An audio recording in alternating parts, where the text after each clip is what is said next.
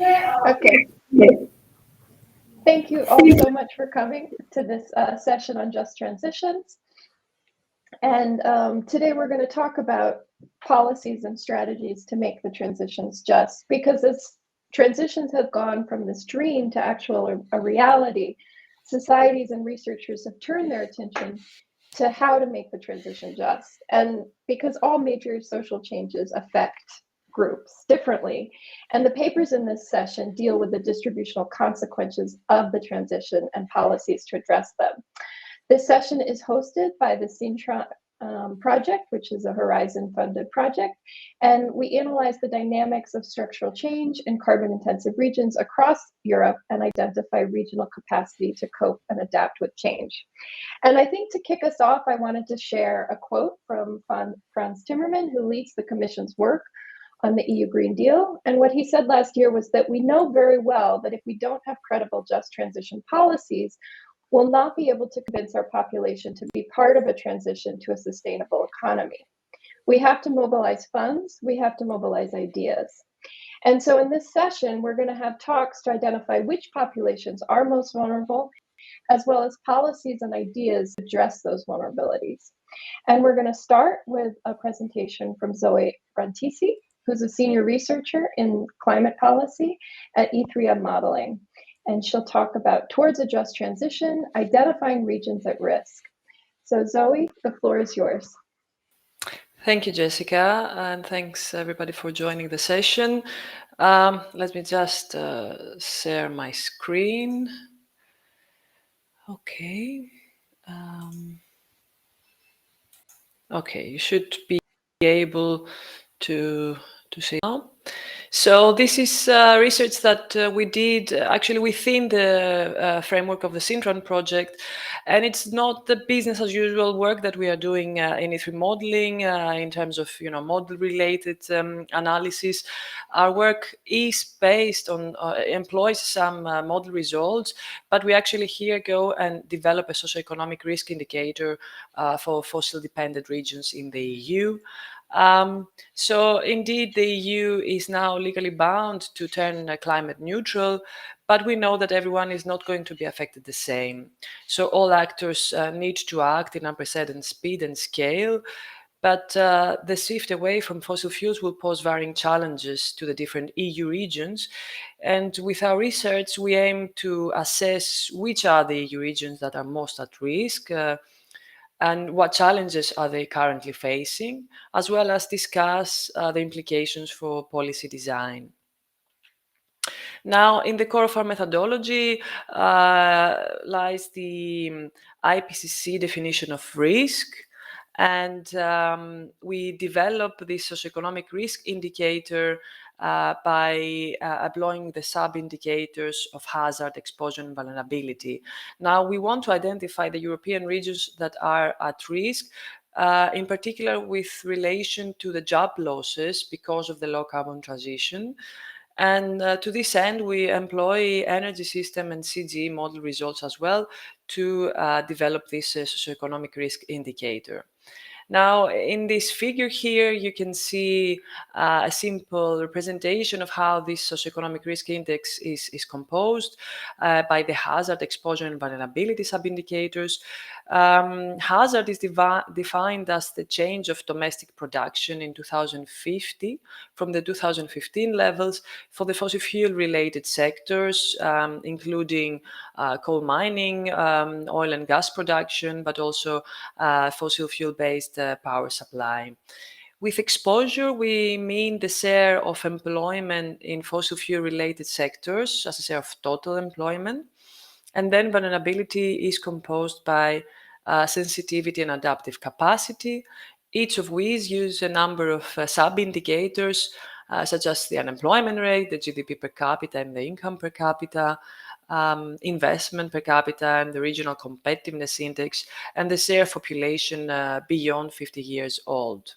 Now, the core databases that we are using is Eurostat, the structural business statistics, but also the GRC coal regions and upper power plants, and the Espresso databases for the energy-related regional data. We also use model-based projections from the Primes energy system and the GEMI3 regional CGE model. And we have also conducted some data processing in order to fill the gaps, particularly with regards to employment data for the NUTS2 regions, especially on the sectors that are in focus here. And we run 2,400 combinations of sub-indicators weights in order to allow for some uncertainty with regards to how important each of these sub-indicators that composes the socioeconomic risk index is considered. Now moving to the results. First of all, we see that there is a strong divergence in the risk profiles across the EU regions. And by strong divergence, we mean that 74% of all the EU regions do not appear in any top 20 positions in any of the weight combinations that we have assessed. We know for sure that 74% of these EU regions are not at risk of the low carbon transition. However, 6% of the EU regions, and here I have to say that by regions, we define regions as the NUTS2 regions, so these are 242 regions.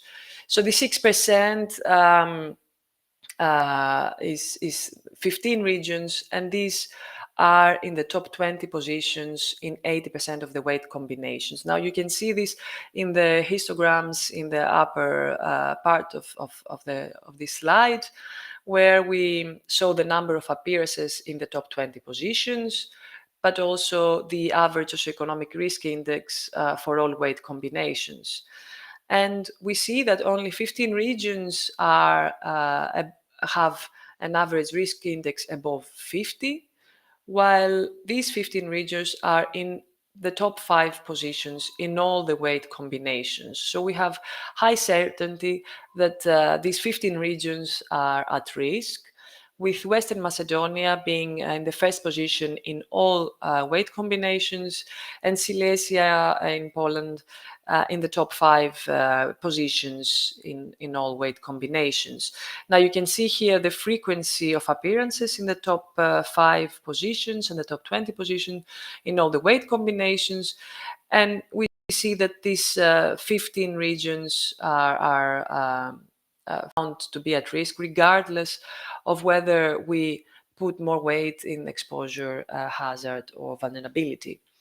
Now, decomposing this socioeconomic risk index, we see that the key determinant is indeed the exposure, so the share of energy jobs in total jobs, while hazard is equally high in all 15 regions. So this means that decarbonization of the system is with similar intensity in all of these regions. While there's high vulnerability for some regions like Western Macedonia, but lower in others. So this varies among the top 15 regions. Now, looking a bit in more detail on the components of this socioeconomic risk index, and also comparing with the average EU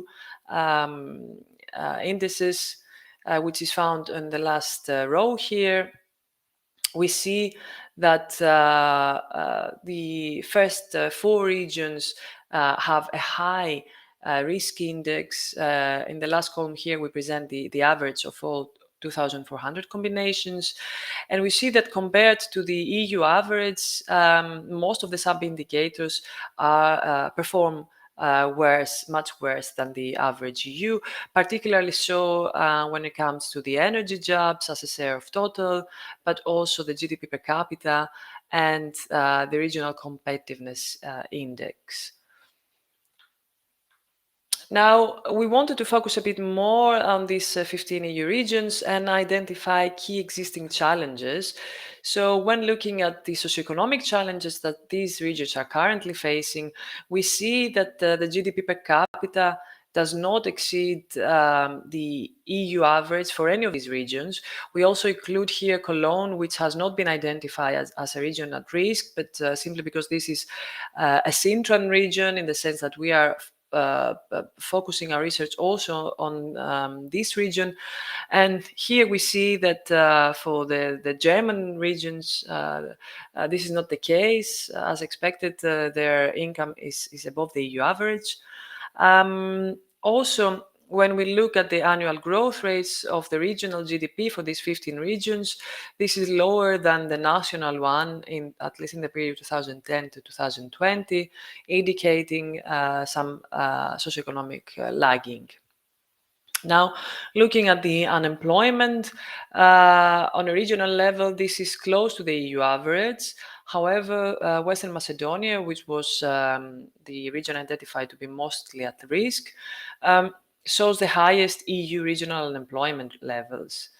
Now, when it comes to youth unemployment, similarly with the EU average, this is higher than total unemployment, but particularly for the two Greek regions, Western Macedonia and the Peloponnese, the difference is quite large. Now, when looking at the regional gross value added for the aggregate sectors on a regional level, we see that there is an economic diversification in the regional economies, but this differs across the 15 regions.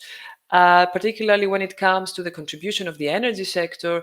As expected, this is much above the EU average. However, for some regions like Western Macedonia, but also for the Bulgarian Yugoslavian and the Peloponnese region, we see that the energy sector contributes substantially to the gross value added of the region.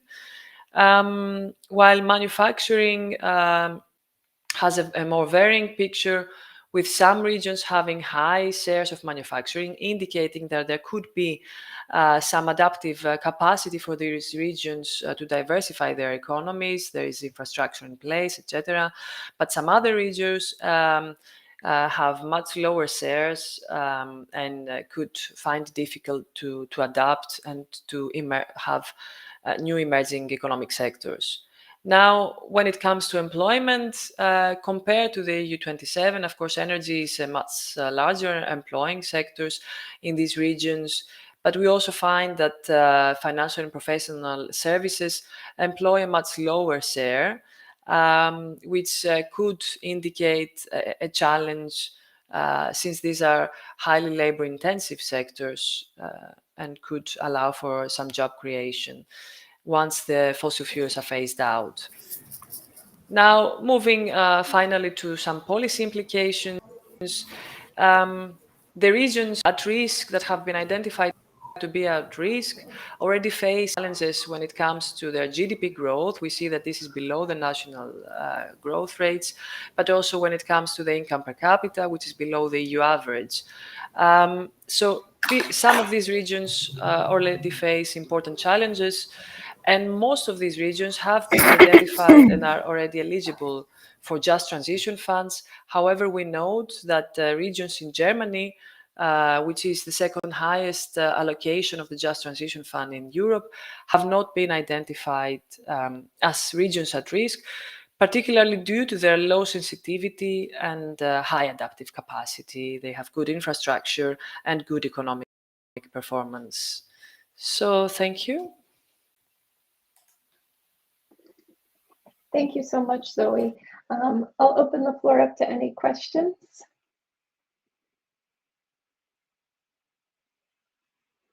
You can just unmute yourself.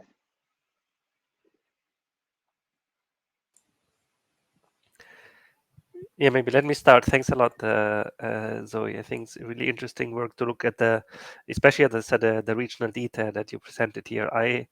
I wondered, maybe I missed the point, but how you selected these 15 regions. I mean, what is the differentiation across, let's say, if you take all the NUTS level regions in terms of the risk that you analyzed? Just how this cutoff is. Yeah, I mean, So, see what I mean? yes, yes, please, Johannes. No, so just so yeah, how different are the regions in this in the potential risks with regard to the effects that you described? So these regions are actually the ones identified with the highest socioeconomic risk index, and particularly so because of the exposure in energy-related jobs. Now we find that,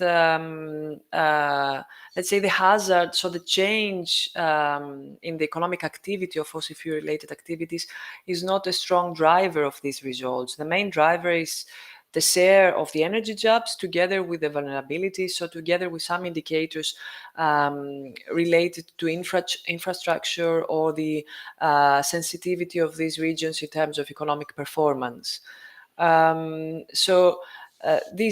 We identify 15 regions because we found that these are, let's say, in most of the combinations, as I said, in 80% of the 2,400 weight combinations that we performed, they appear in the top 20 positions of this risk index.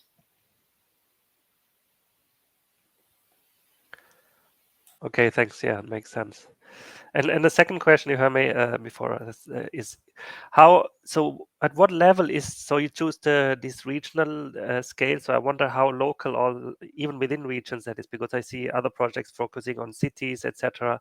So I think, I don't know if it's, so how, let's say, how distributed is it within a certain region, right? I mean, is it certain cities, like you had some regions with bigger, let's say, capitals, or so yeah, I wonder if that you looked into that. And secondly, also, at what level are policies typically designed to let's say mitigate these repercussions at especially the labor market? So is it typically national level? Some are national, some are also regional, some are maybe even beyond the regional level that you looked into, or what is your experience maybe from working in this project? Yes, thanks, Johannes. I mean, the regional analysis is at the NUTS2 level, so we don't go beyond that. And indeed, the NUTS2 regions are, let's say, very diversified in terms of economic scale or population. So, for example, the Estonia is a single NUTS2 region. And so we identify this within the 15 most vulnerable regions. But of course, this is an entire member state. So in some cases, this is quite problematic. However, this is to ensure that there is some good data availability. And even at the NUTS2 level, I have to say that, we have to combine several data sources in order to be able to identify, the number of jobs in the sectors that we are interested in, and go even beyond the NACE sectoral classification. Now, in terms of the policies, indeed, there are a few policies that we can identify to be at the regional level. This Just Transition Fund is at the regional level, and it goes even beyond that. So the table that I presented in the end just compares the regions that we have found with the regions that have been identified as eligible for funding by the Just Transition Fund. But in terms of labor policies that particularly focus on employment, I think that these are mostly national, and a few can be found also at the regional level.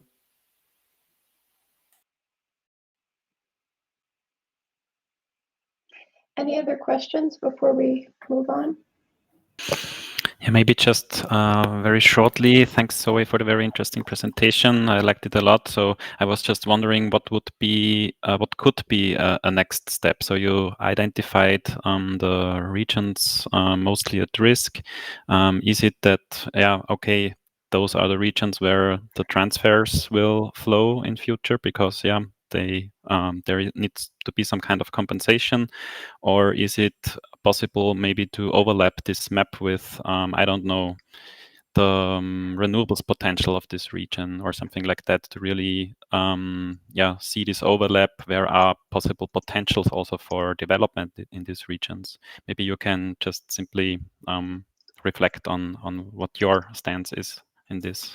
Exactly. Actually, you touched upon both dimensions that we are trying to move our research now. So the one is indeed to assess, let's say, maybe to phrase it as new opportunities for these regions. And what we aim to do within Sintran project is to, now with our CGE model, to develop scenarios, mitigation scenarios, and to try to see what type of policies could then be specifically designed to address the challenges within these regions. Now, beyond the renewable potential that these regions can have, we also want to identify other sectors that the regions have themselves identified, either in their just transition plans, or now in relation to the Recovery EU funds, Next Generation EU, etc. And at the same time, this is a standalone tool that we aim to be able to inform stakeholders on the type of vulnerabilities and risks that regions can face, and which type of sub-indicators we should take into consideration. And we are now in collaboration with JRC to put this data in their maps. They have very detailed maps featuring all types of regional data, and to include this indicator there so that policymakers can actually be informed. Thank you so much, Zoe. So next we have Laurent Jouret, who is a scientist at RFF-CMCC at the European Institute on Economics and the Environment. So Laurent, the floor is yours. Thank you. So I'm sharing.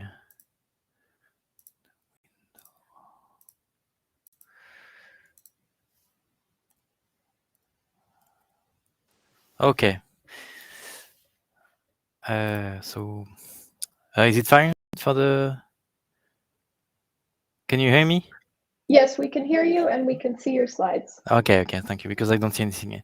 So I will present a work that was led by Johannes Simmerling, who is also here, which is looking at, and did also joint work with Jessica and Sandeep and Isham. So it's in fact a follow-up of a work we did some years ago, but this time, so it's the objective of this work is to looking at the energy jobs.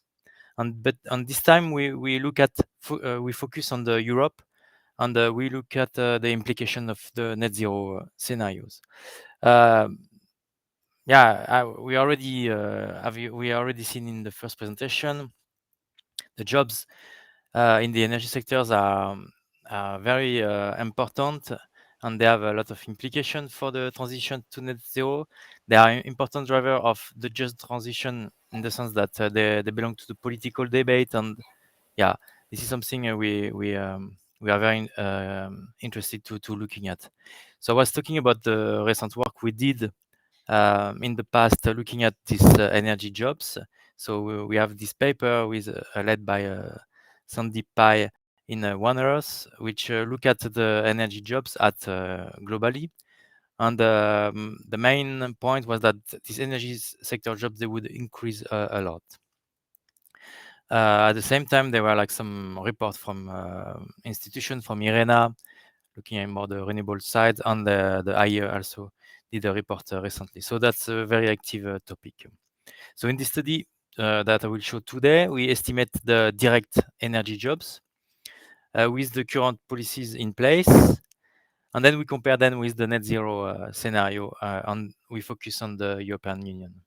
So we use a survey that was developed for the first study, global survey, but it's a new data set that a data set for job intensity, and it covers it has a very nice coverage like of 11 energy technologies that you can see in the table below, from coal, gas, oil, nuclear, and a lot of renewables, also biomass. And then it's also distinguished 5 job categories, from the construction and installation of the technologies to the manufacturing, the operation maintenance, the fuel production for the fossil fuel, and then the refining also for. And then there were a lot of work to develop this database, in the sense that if you look at the graph on the top, it was like two streams to develop to collect this data. So of course, from the published literature, looking at some employment factors, but also to collect the number of jobs, to call to the companies, and then to call to the companies, to the trade unions, associations, or from the statistics, and then to do the computation ourselves. And then basically with these two streams, we got a very consistent data set, being able to cover this matrix of information about the energy jobs. So we have 50 countries, country level data that we are using. And then the total of the survey cover about 83% of the total energy jobs. And just a reminder that the survey is targeting the direct jobs, so no indirect jobs, meaning the one that are in the supply chain, and no induced jobs that would be the job that are there because people are living there, etc., etc. So it's really the jobs that are allocated to the capacities and the activity linked to the energy sectors. One point about the future, the projection and the change of this job intensity. Of course, the cost of this all these energy technologies, especially the renewables, they will decrease in the future due to learning by researching or learning by doing. And one part of this cost will be some labor or capital savings. But we don't have, I mean, nowadays doesn't exist any study that tell us exactly how much of this part is how much of the reduction is due to either labor or capital. So we made these assumptions that 60% of the reduction in manufacturing equipment will be labor savings. Then off of the reduction in the installation will be labor savings, and 33% of the operation maintenance will be labor savings. So when we reduce the cost. So for the projection, we update the job intensities, and then accordingly to the technology cost reduction projection. So for example, if we have a cost reduction of 10% in PV, that will lead to 6.6% in the job per gigawatt install. And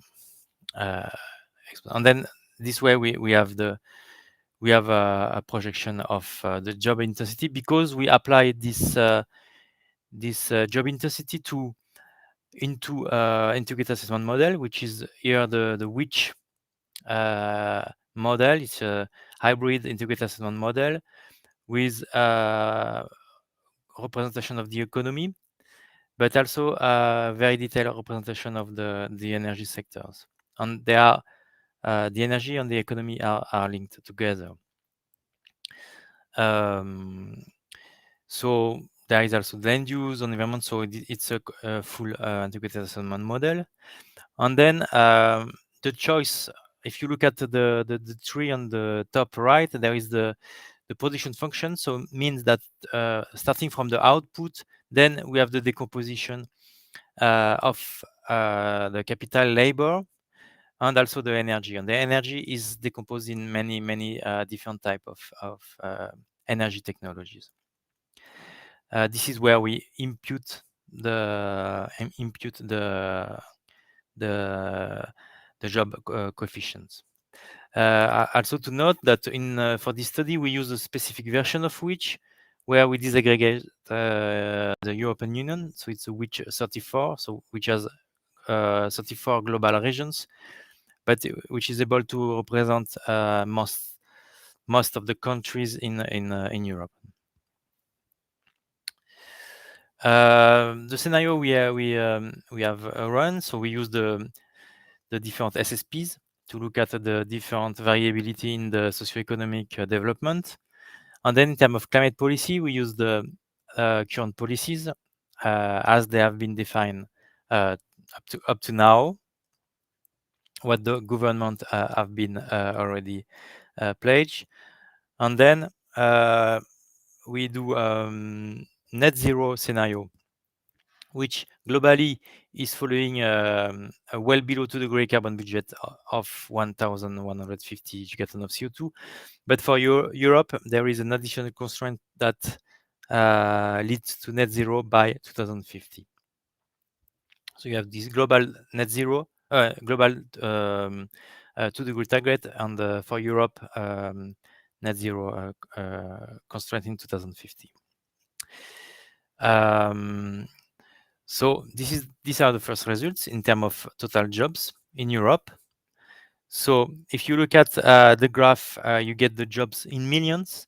So the first panel on the left gives you the jobs in 2020. The first row gives you the detail for the type of energy technologies, and the second row gives you the detail for the categories of jobs.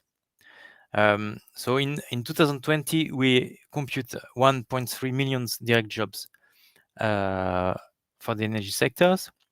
And then in 2050, using the current policies, then we have, according to the SSP, the socioeconomic projection, we go from 2 to 2.5 million direct jobs. So times 2, basically, of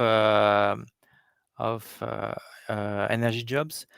And in the net zero, we get an additional, we get more energy jobs, going from 2 in the SSP1, a bit more, to almost 3 million jobs in SSP5, and SSP2 is also close to 3 million jobs.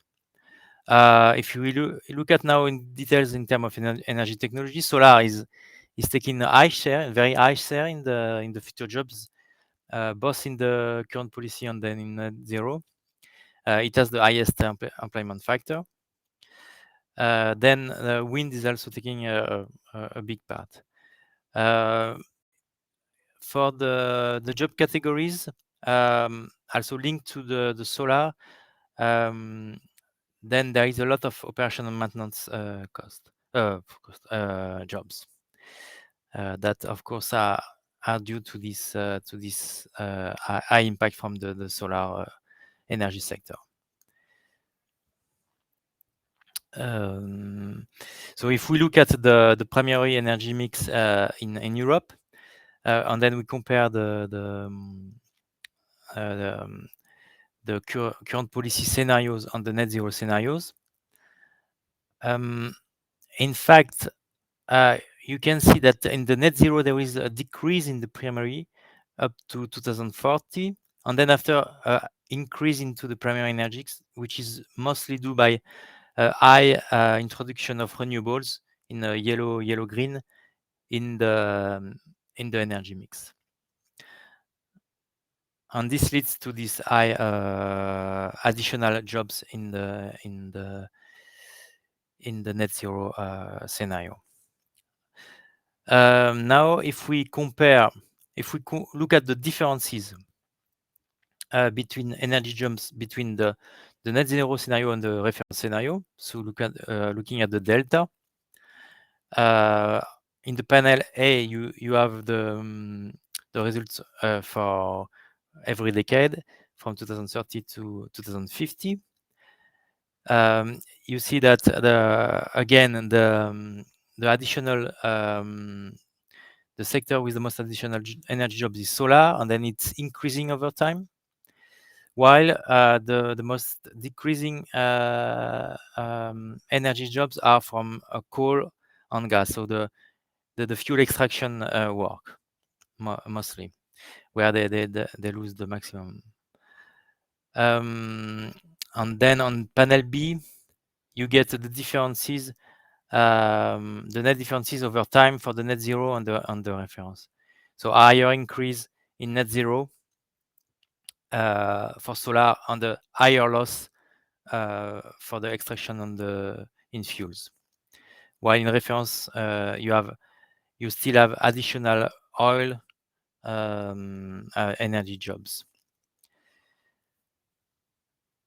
Okay, now if we want to look a bit more in the details and what is the decomposition in terms of carbon intensity, energy intensity, and job intensity over time, looking at the results.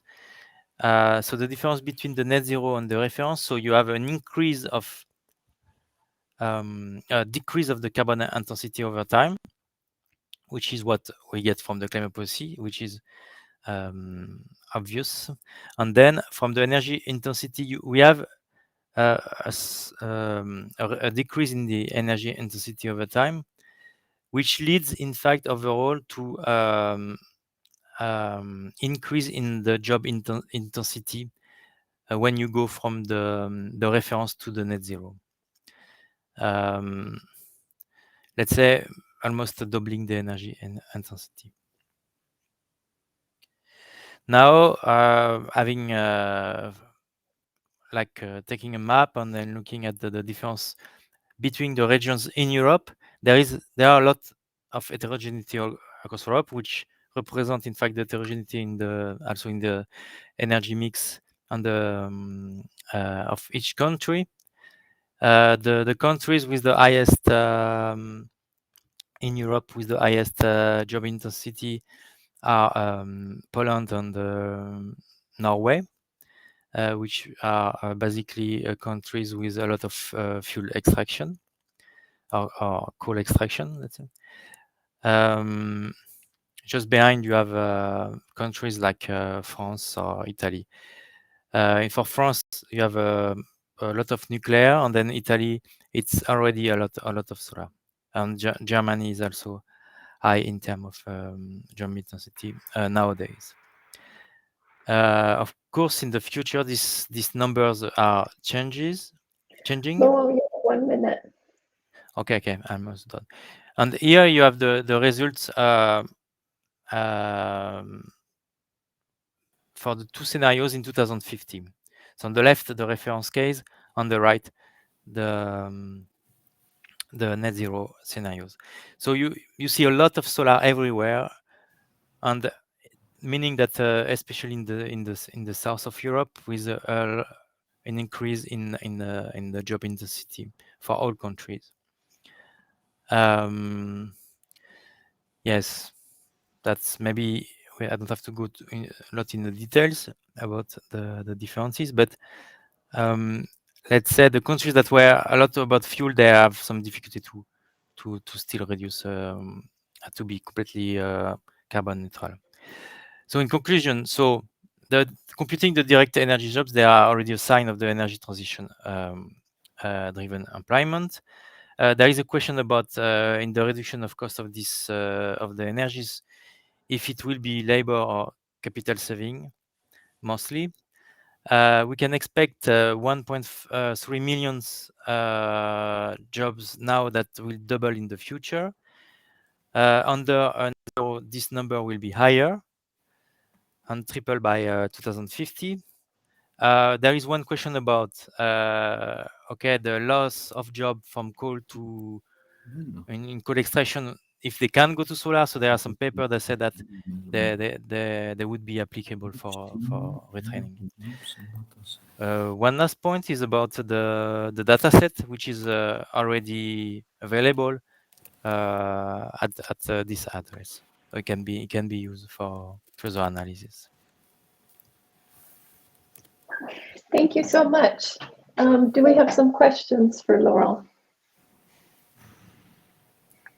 And you can just unmute yourself and turn on your camera if you have a question. I would have a question, Jessica. Yes. Hello.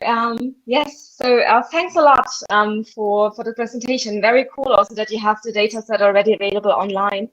I had a question like what energy mix did you assume based on what energy scenario? Because I mean, you of course put forward that there will be a lot of jobs in solar, but I guess like depending on what you assume what a future energy mix will be, this might change a little bit.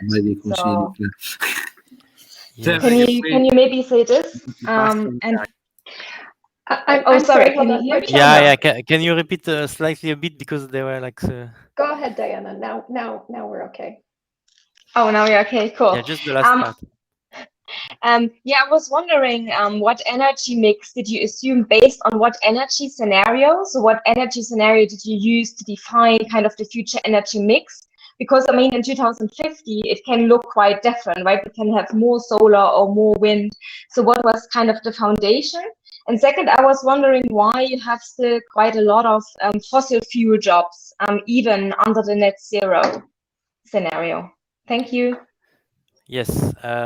So about the first question, so the model is an optimization model. So basically for the net zero, we put a constraint on the model.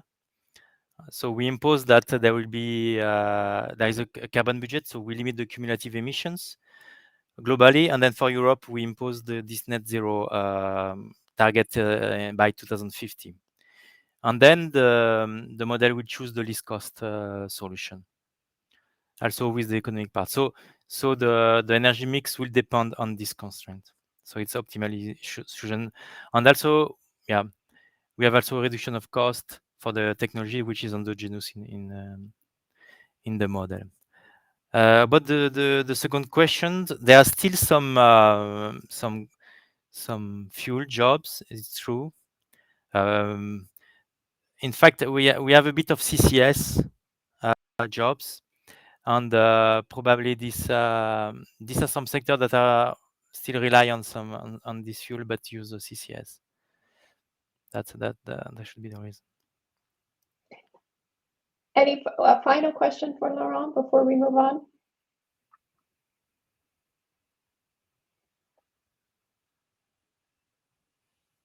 Okay, then our next speaker is Jakob Meyer, who is a postdoctoral scientist at the University of Graz, and he'll talk about the distributional impacts of feasible European net zero energy systems.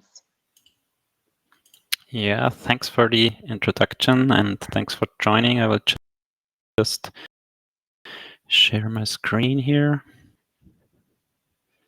So you should see it now. Yeah. So good afternoon. Thanks for joining, and I'm to present you now a joint paper with colleagues from Wegener Center Graz, JAS Potsdam, ETH Zurich, and Technical University Delft. And this paper basically developed out of the framework of the Sentinel project. And actually, the title of this paper should be read from the end to the beginning, because from a methods perspective, we start actually here with socio-political storylines, then we look at feasible European net zero energy systems, and only then we really focus on distributional economic impacts. But let me guide you through the presentation. So to give you our main motivation, I also want to point here to today's plenary talk by Stefan Pfenninger, where he and his team show that there is a huge diversity of mostly technological options for carbon neutral development in Europe. But we also know that there is, or it is very important and valuable also to make first a step back and develop visions. What are actually desired futures for society? What are the boundary conditions? And only then start our models and run them to see different outcomes and different frameworks, how this vision might in the end unfold. So the techno-economics is relevant, but also the underlying socio-political drivers and barriers. And I think this also connects to the discussion in today's plenary. So the objective of this paper is to provide an economic impact analysis of climate neutral energy systems that are driven by socio-political drivers and barriers. And we will later focus on two different outcomes, which is regional distributional effects, but also employment and public budgetary implications. So the next 15 minutes, we will look into the framework more generally and how we linked our models here. And then I'll give you some of our results and conclude. So starting with the framework, we use three different models. The Cudidian toolbox, which develops socio-political storylines based on transition theory.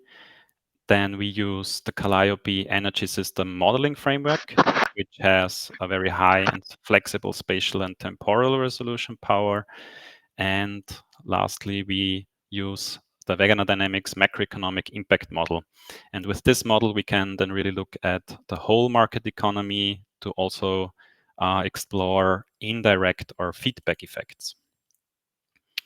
So we apply these models sequentially, in that the Quotidian model develops these three storylines. We have the market-driven, the government-directed, and the people-powered storyline. And these storylines are then plugged into the Calliope model to derive climate-neutral energy system configurations, which are then again plugged into the macroeconomic model to explore employment, welfare, and public budget effects. So how did we link these models? We start here with the market-driven storyline. This one is a storyline that reflects a least cost system configuration, relying on continental expansion and on breakthrough technologies. Then second, the government-directed storyline, which is a less cooperative one with rather national expansion plans and an energy efficiency first principle. And the third one, the people-powered storyline, is much more of a decentral system, and it acknowledges more local needs and capacities. And the three storylines, they constrain 9 different mechanisms in the energy system model, which first looks into energy demands by buildings, industry, and transport, and then optimizes energy supply using technologies that directly electrify, but also indirectly via hydrogen, but also includes biogenic and synthetic sources. So for all 3 storylines in this exercise, we apply an emission constraint for Europe of minus 55% by 2030 and a net zero constraint by 2050. And the table here gives you the most relevant constraints on the supply side for each storyline. So the market-driven storyline assumes only techno-economic limits for renewable generation. The government-directed keeps nuclear running only at current levels, and half of the renewable generation is mostly centralized. And the people-powered storyline phases out nuclear and assumes 80% decentral renewables. In terms of transmission, the market-driven has no quantitative limits, while the other 2 do have restrictions, and this reflects some kind of acceptance barrier. And for storage, the market-driven storyline relies again on breakthroughs with quite high capacities, while the other 2 assume lower capacities. Equipped with the energy system configurations from the technical model, the Calliope framework, we plug them into the macroeconomic model in a soft-linked manner. And this, of course, requires aggregation and simplification because the temporal, spatial, and also the activity resolution is quite different. Coming to the economic dynamics or the Wegener Dynamics CGE model, just a few words on it, just a few features. It's a closed model, so we can explore feedback effects from local shocks in a multi-region, multi-sector, and multi-agent setting. And I only point here to one of the key features, which is a nominal wage rate that is tied to consumer prices. And this allows us to look at changes in employment. In terms of calibration, we use an RCP 4.5 SSP2 baseline, and on top of this baseline, we plug in the energy system configurations that come out from Calliope, but are governed by the 3 storylines.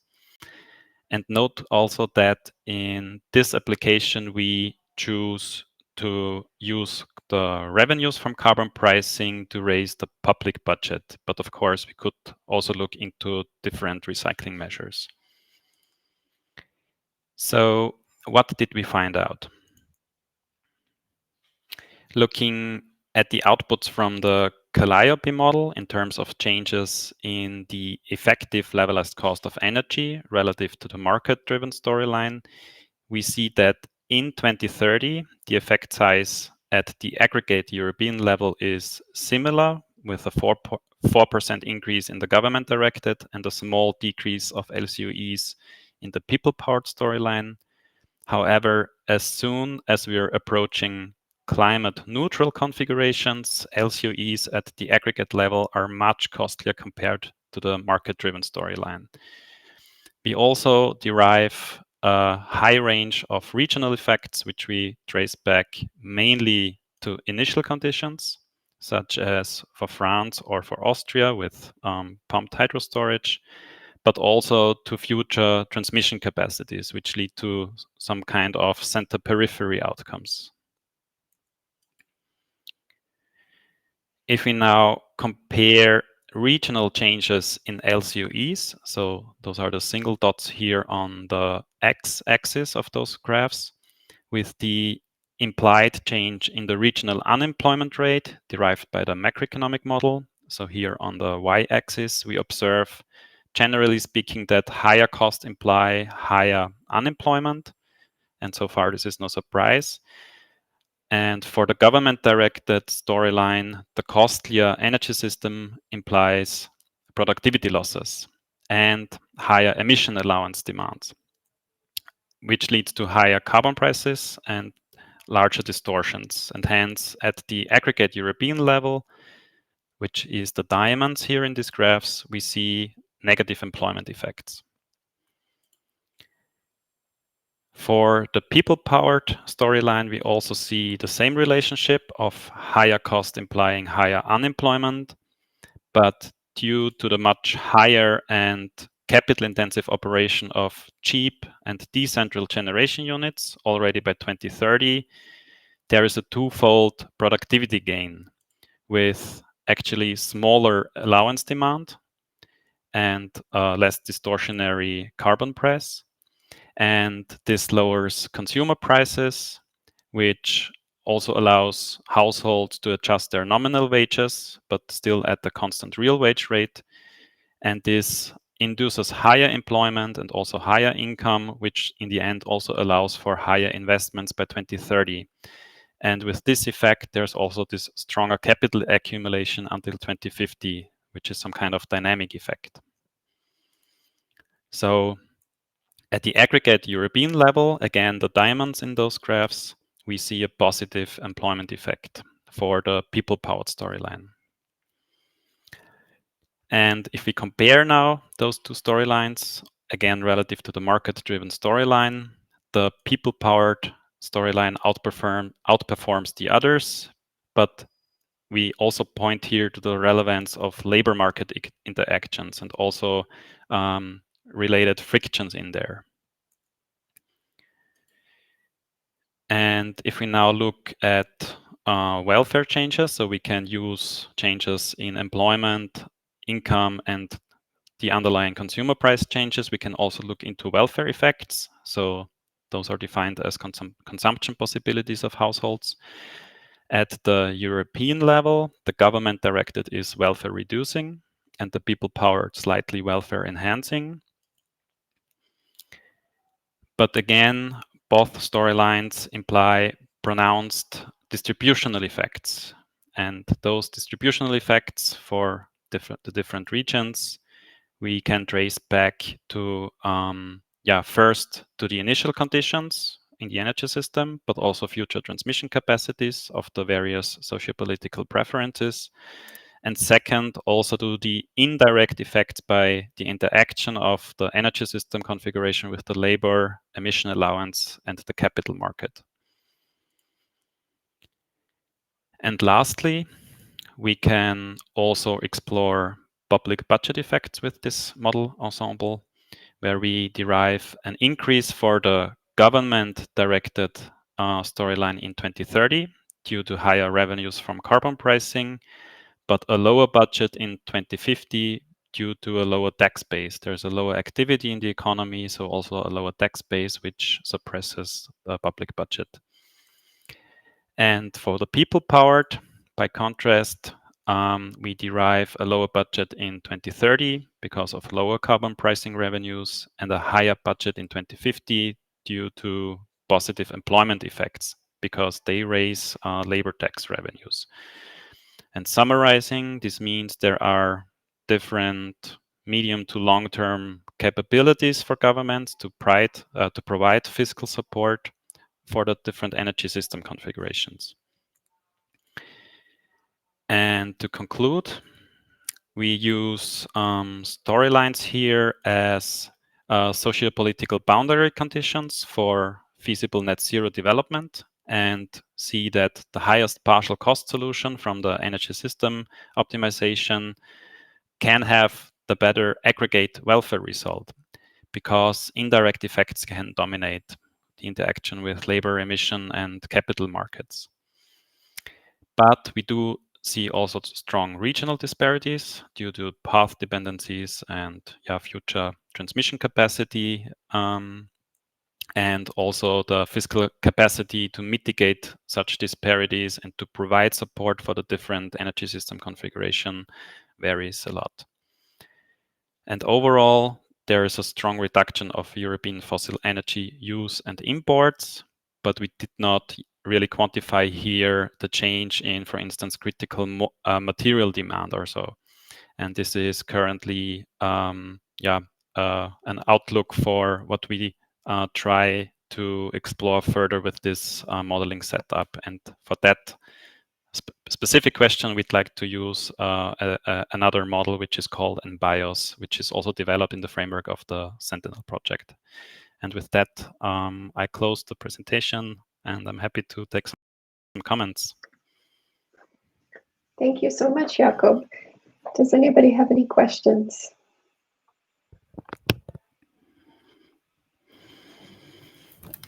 Hi, if I may, I have one question.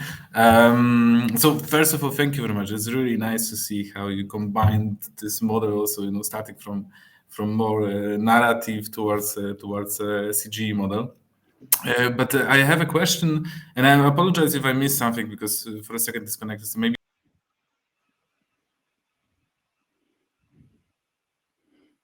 Oh, we lost Jan.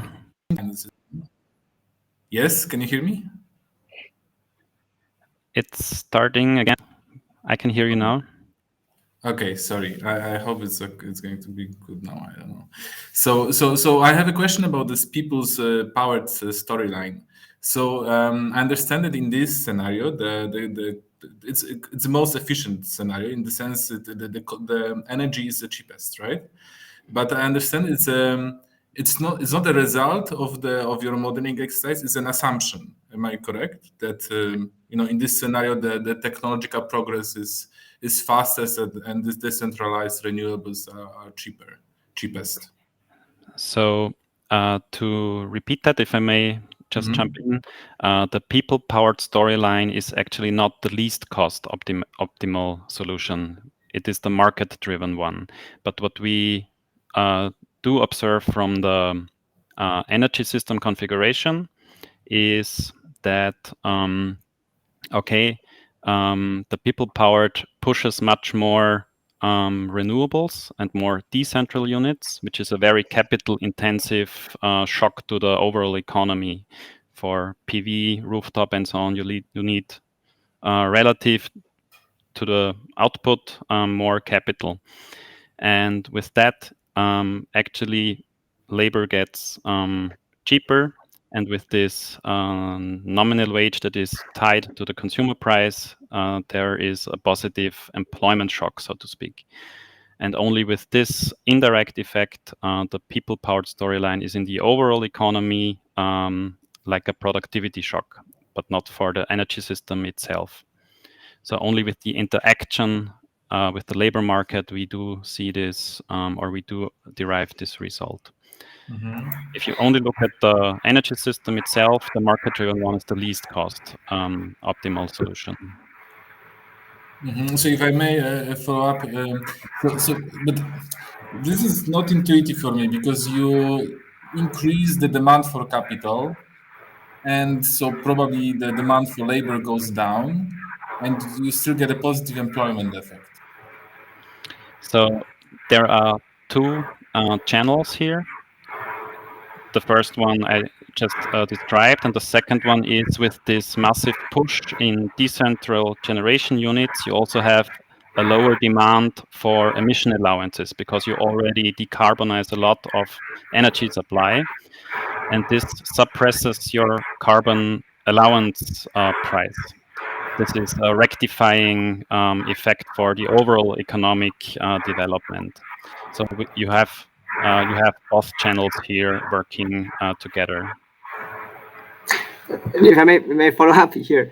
Sure. On the second one, I mean, the money you get through the CO2 tax will be redistributed or decrease other taxes. So it's pretty much the question, what do you assume is done with this additional revenue that is lower in the one compared to higher in the other? And then putting that either on like reducing capital taxes or reducing labor taxes or reducing other taxes would have very different effects, right?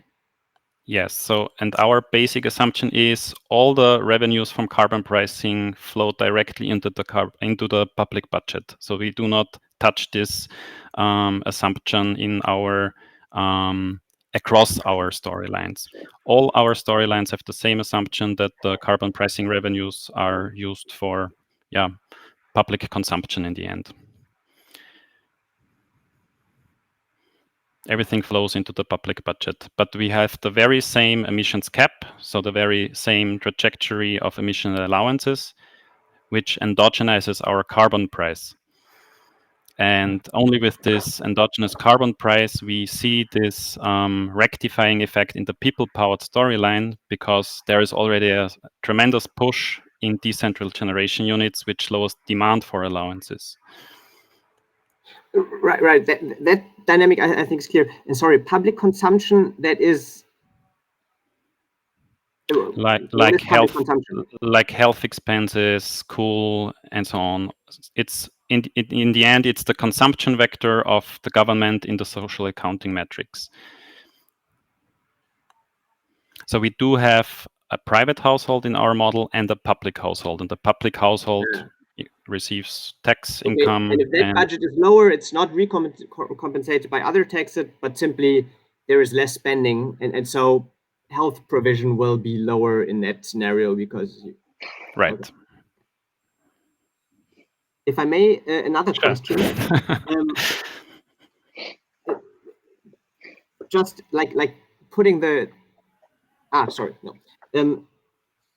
I mean, we did a storyline approach also in the InnoPath project, and I found it very, very challenging to translate headlines into the actual changes on the ground, what you change in the model, because they, to my impression, they pretty much represent whether a person likes the storyline or not. Like you could say, people powered is lots of renewables. On the other side, you could say, well, if you don't get transmission on the ground, people also won't build renewables because you don't get the energy anywhere. Like if you don't have storage and if you don't have transmission lines, you really have a lot of curtailment, and that is also problematic. So I'm wondering a bit how what your perception is on how much like these narratives actually create like an intuitive connection between things that aren't really connected, but simply in the one modeler's mind who decided how you frame this, and whether you, like that you could frame it very differently and get the same results but with the opposite titles on top of it.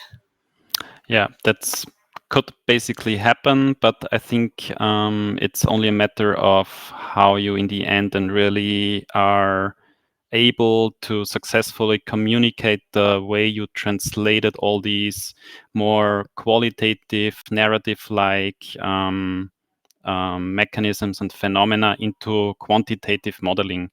And for that, we were really happy to have political scientists on board of this project that helped us to translate actually all these more soft things into actual constraints for our modeling in the end. And the ideal way would be to also integrate, of course, stakeholders in this endeavor to really see, okay, we can capture these preferences also in a quantitative way, and just tell us how should we or which one should we integrate in our modeling. So that it's a more iterative approach than for this co-design process, maybe. And then say really, okay, with our model, we are very, very constrained. We have this very narrow perspective where we can contribute to the overall debate. But hey, look, here are also indirect effects that you cannot simply calculate on a piece of paper. And you can also use our modeling for your daily tasks and for your for your work. This would be some kind of the idea behind this soft linking and also co-designing. So we have one last question for you, Jakob, from Zoe in the chat. I understand you recycle carbon revenues to the public budget. Does this have an effect on the economy? Does public consumption change as a fixed percentage of GDP? And as a follow-up, does linking wages to the consumer price index, does this mean that a higher carbon price leads to higher wages?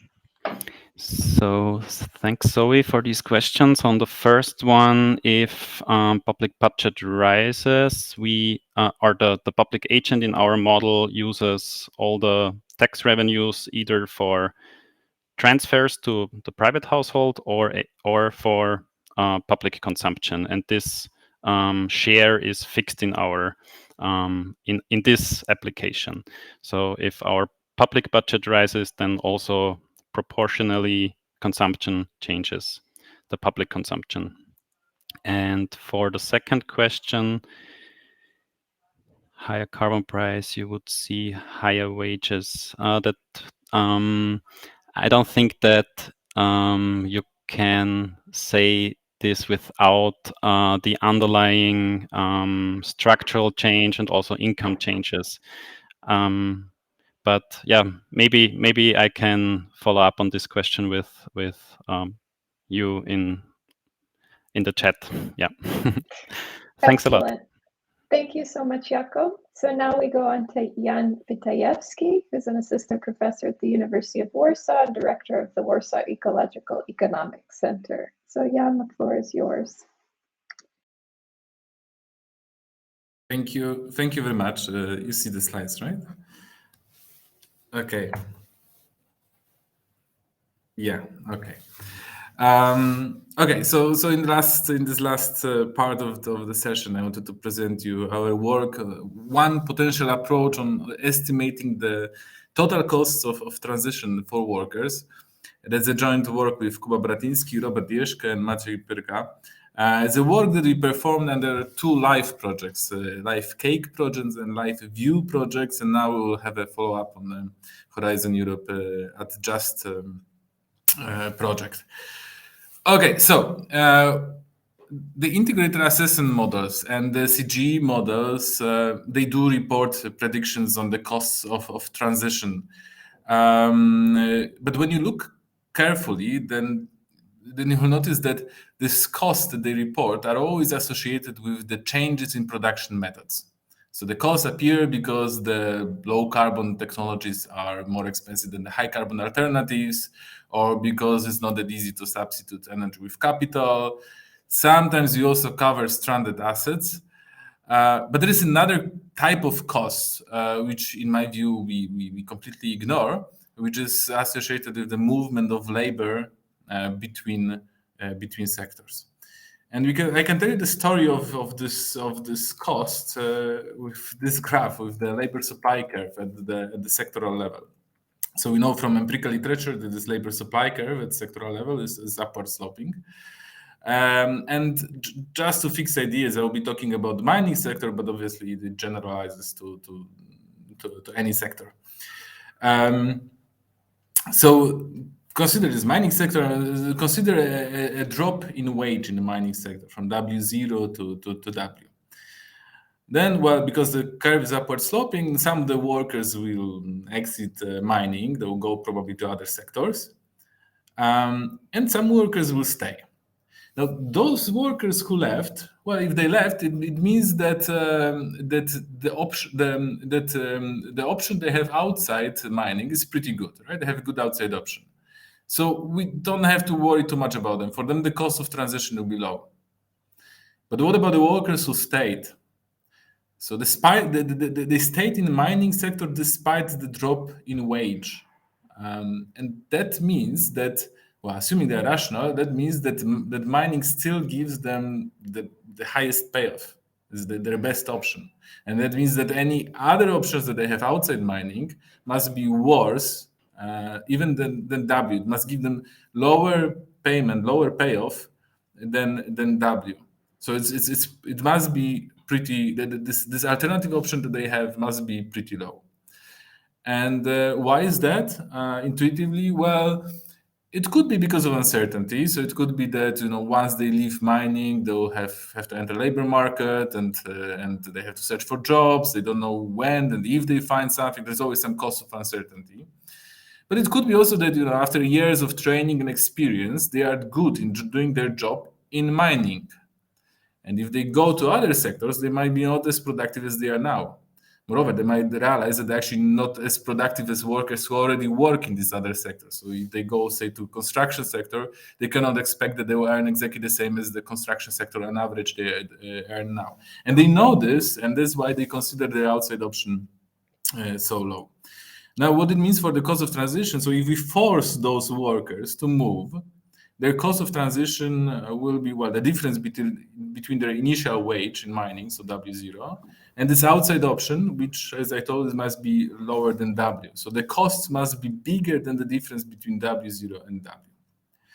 So it's a bit long introduction, but I think that's really critical narrative. So that's why I'm talking about it long.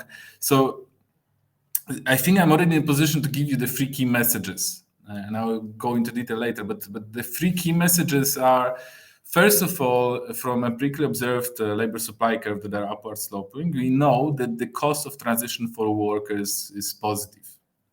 Second, maybe from the story that I just told you, maybe you can already deduct that labor supply curves contain all information about the outside options for workers, and so all information we need to compute the cost of transition. So what we can do, we can take these labor supply curves, empirically observe labor supply curves, calibrate parameters so that they agree, and then use these labor supply curves in a CGE model to compute the total cost of transition for workers.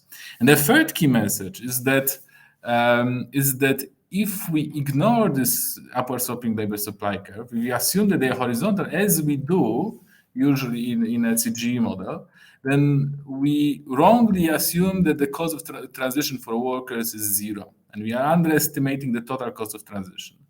So why? Just a quick look at on the right side. Well, if we assume it's horizontal, we wrongly assume it's horizontal, then we essentially assume that all workers have the same outside option, and this outside option is equal to W0. So basically, the cost of transition for anyone is 0. So I'm going back. Perhaps it's a part of the problem that Paul, you mentioned in the morning today, the plenary. That our models are very good in modeling these technical issues, these technical aspects, but they are not that good in modeling other aspects like frictions of movement of labor between sectors. Okay, these are the 3 key messages, the most important part of the presentation. But it's just talking, it's just words. There is no mathematics or little mathematics, just words. So let me now give you a more formal argument to explain you why. Sorry, I haven't looked at the time. To explain you why to make this argument more precise. Okay, so imagine that we have K sectors, we have workers who can choose one of the sector from these K sectors, and then let theta ij be the number of efficiency unit of worker I in sector J. Okay, so that's going to be the productivity of worker I in sector J. And then suppose the Wj is a wage, but it's a wage per efficiency unit. So if I have my productivity is theta, I have theta efficiency units in sector J, then my total compensation from the sector is going to be Wj times theta J. And then theta ij are random variables. So when I am born, I am drawing a vector of thetas, one theta for each sector. And some might draw a vector with high theta for mining and low for banking. So high productivity in mining, low productivity in banking. Some other people might draw high productivity in banking, low in mining. Some might be lucky they draw both high, etc. And given this vector that I have, I can't change it. I observe wages, and I think which sector is best for me, which sector gives me the highest compensation, and I'm choosing this sector. Well, I assume that the thetas are independent. I assume that, well, they are random variables, so they must have some distribution. I assume that this distribution is described with the cumulative density function with capital G and the probability density function with small g. And then if we pick some value of theta ij, so we look at all workers who have the same productivity theta in some sector j, and the probability that those workers will prefer work in j over work in k is the probability that the compensation in this sector is higher than in the sector k. And if we do some manipulation, it's just this g as a function of wages. Now, that's preference over, they prefer sector J over sector K. What's the probability that they prefer sector J over every other sector? So what's the probability they choose sector J? Well, given that this theta is an independent, you can just multiply this event and we get the total productivity. But remember, that's for given value of theta. So if you want to see the total, the fraction of workers who at the end choose works in sector J, we have to weight them with the density of how many people really have this productivity J and integrate it for all values of theta. Okay, so if we do the math, we assume some nice distribution like Frechet, then you get a pretty nice labor supply curve, right? So the MJ fraction of workers who choose to work in J as a function of wage. Now that's the labor supply in the physical units. If you look at the efficiency units, then well we still have to multiply them with the number of efficiency units each of the sector get, and then doing math, you get under Frechet distribution this labor supply curve in efficiency units. So essentially, we have two labor supply curves: one in physical units, one in efficiency units. And now you have to be careful because actually the one that we have to implement in ECG is this one, is the one on the right in efficiency units, because at the end, all what firms care about is not the number of workers they have, but what is the efficiency units that they deliver. So we have to implement this. And well, we can do this easily. We just implement this equation in ECG model. We calibrate this alpha to the elasticities that we saw from empirical literature. There are several ways of doing this. One is just to implement this equation. Another one, like we did, is to assume that there is some representative worker who distribute labor according to CET, constant elasticity of transformation function constraint, and it gives exactly the same result. So it's just a shortcut for implementation. So we did it in our CGE model that we have here in Cake, in the Center of Energy and Climate Analysis. And we ran some scenario for net zero. So we checked what pathways are consistent with achieving climate neutrality for 2050. And we ran the model and we see what are the costs of transition for workers predicted by our study. And well, in this scenario, basically, we focus, of course, on Poland. In this scenario, we see that most of coal is phased out already by late 2030s.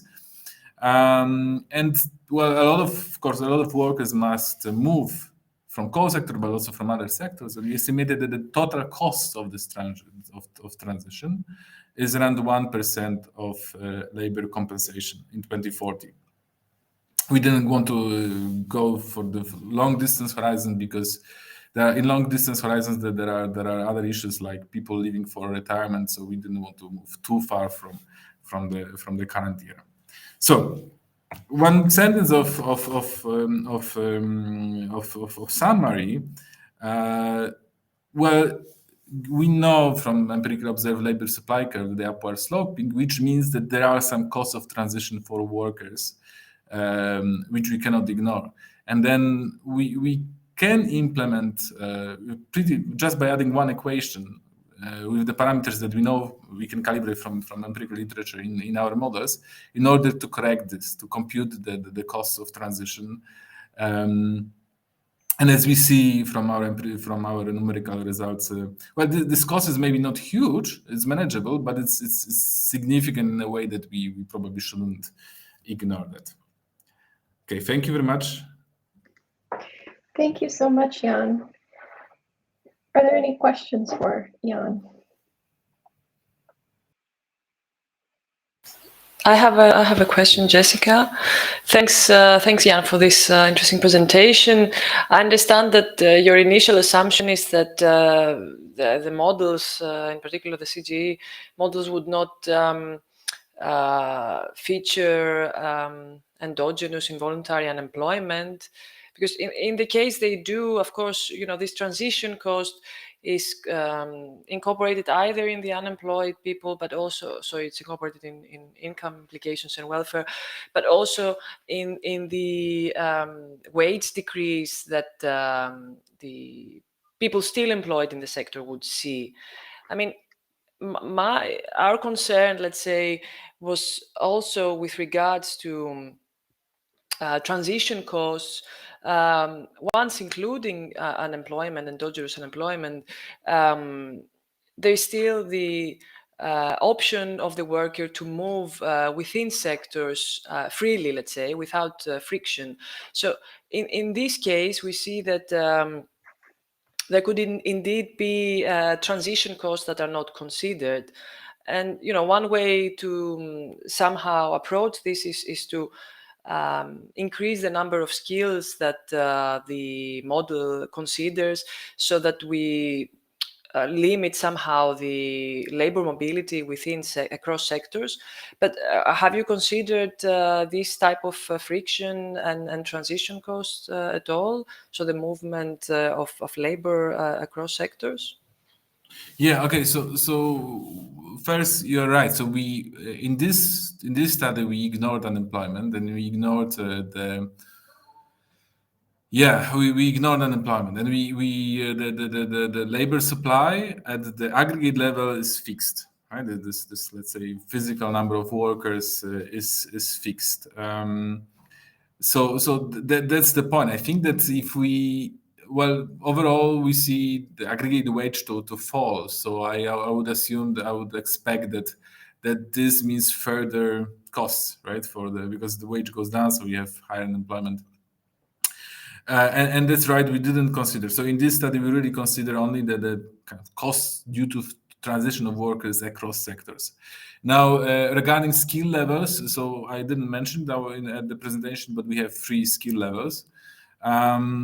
But that's still imperfect, right? I mean, if we just stick to the skill levels, that's still imperfect, because we still assume that the worker who has a vocational education, and is a vocational education for mining, we still assume that usually we assume that he can or she can go immediately to construction sector, and she will be as productive as she was before, right? So that's why I think we still should take into account that's not going to be so. Some workers will move because I don't know, they are skilled and they have engineering skills, vocational engineering skills they can apply everywhere, and for them it's easy. They have good outside options. But for some of them, they are really, the human capital is really specific to the sector, and for them the cost will be high. And for those, I think it's exactly one way to capture this story is exactly to introduce this upward sloping labor supply curves. But I agree. Again, coming back to the first point, that certainly we have to also look at this aggregate level and see what happens to unemployment. Thank you. Any other questions for Jan? Yes, I would have another question, Jan. I mean, there is also now a big debate on retraining workers, right? And also maybe considering the different education levels and where people work at the moment, versus also the opportunities in the local regions. Do you have any ideas on what kind of retraining levels we are talking about, or how many people will need to be retrained?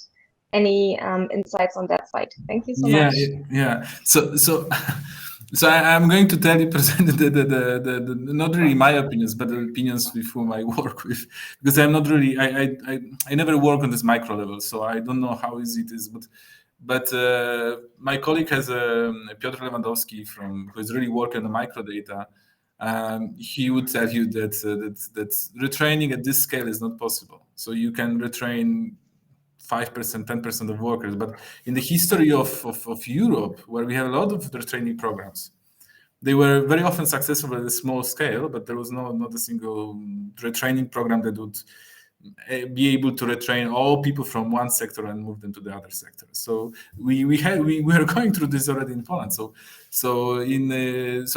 We had 300,000 workers in Poland in mining in 90s, and now it's 80,000. So already a huge number of people left mining sector, and they had a lot of programs, trainings, and the people who were following up who were following them and asking them to monitoring them and trying to assist this transition. And I don't want to lie to you, but I think 60% left the labor market. So they didn't look for other jobs; they just left the labor market. And obviously, you can tell, well, there was some institutional failure. Maybe you could have done it better. It's just that it never worked. I mean, of course, we can assist. We should try, and we should try to do it better than we did it in the past. But I wouldn't count that we can succeed at this scale.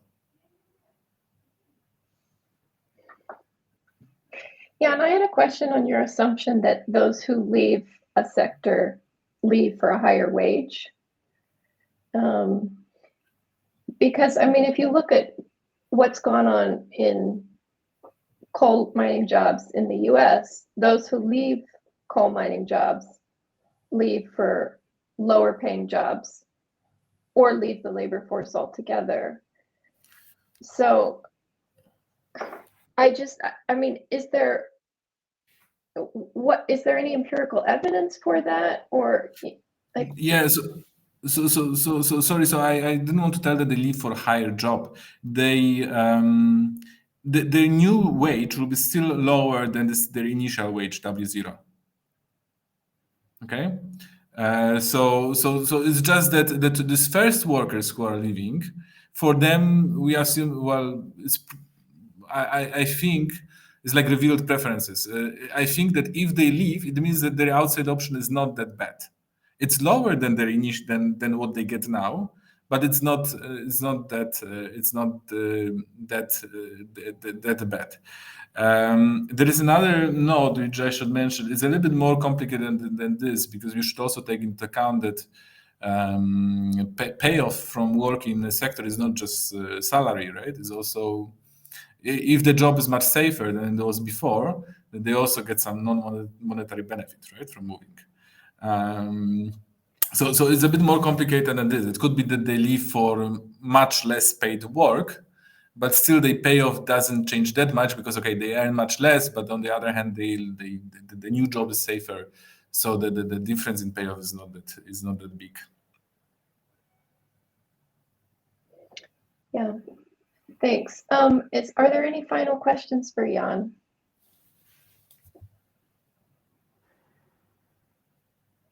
So if not, thank you so much for joining. I think it's been a really great session, and I think everybody probably needs a break after 90 minutes of Zoom. And thank you all to all the speakers for really excellent talks. Thanks to all of you. Thank you. Yeah, thank you. Bye. And see you in half an hour for the poster session. Hang out. Bye.